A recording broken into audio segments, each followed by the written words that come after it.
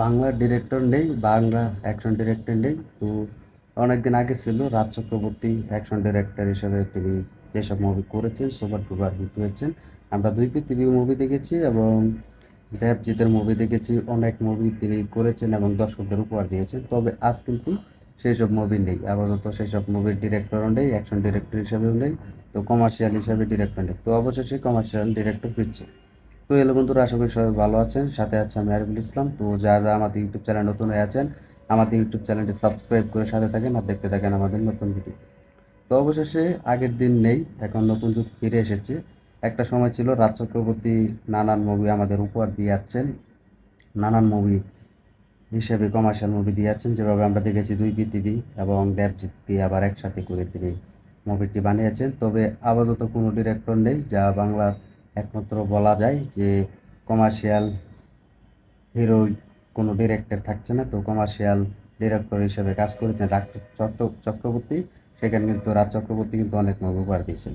তো অবশেষে কিন্তু সেই সব মুভি চলে না, ঠিক যাচ্ছে না, ভালো ব্যবসা করতে পারছে না, ভালো ভালো বিজনেস হচ্ছে না। তো একটা সময় ছিল, তো যেভাবে রাজ চক্রবর্তী কাম ব্যাক করেছে ভালো মুভি উপহার দিয়ে এবং দেবজিৎকে একসাথে করে, তিনি কিন্তু পেরেছে।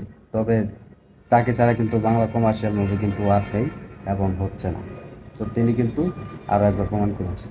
তো অবশেষে সুজিত দত্তা, যিনি খাদান মুভি ডিরেক্টর পরিচালক কমার্শিয়াল হিসাবে, তিনি নতুন একটি মুভির প্রজেক্ট হিসাবে কাজ করতে চলেছেন এবং খাদান মুভির ডিরেক্টর সুজিত দত্তা, সে কিন্তু দেবের খাদান মুভি আনছে। তো অবশেষে কিন্তু বাংলার মূল করে গেছে।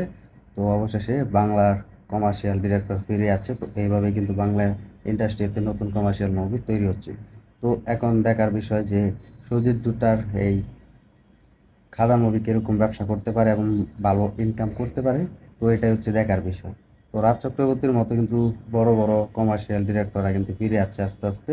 তো বাংলা কমার্শিয়াল মুভিতে কিন্তু যুগ যুগ ধরে কিন্তু ফিরে একটার ব্যবধান কিন্তু ছিল, সেটা এখন আর হয়নি। তো এখন সেটা ক্যান্সেল হয়ে গিয়েছে। তো অবশ্যই কিন্তু বাংলা কমার্শিয়াল ডিরেক্টর ফিরে আসছে।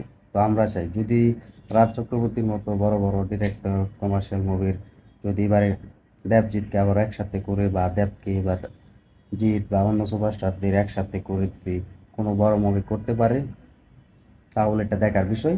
যদি সাকসেস পাই তাহলে রাজ চক্রবর্তী করা উচিত এই কমার্শিয়াল মুভি, যা দেবজিৎকে তার আবারও একসাথে করার উচিত। আমরা দেখেছি বলিউডে সালমান খান, শাহরুখ খান, তারা কিন্তু একসাথে মুভি করছে।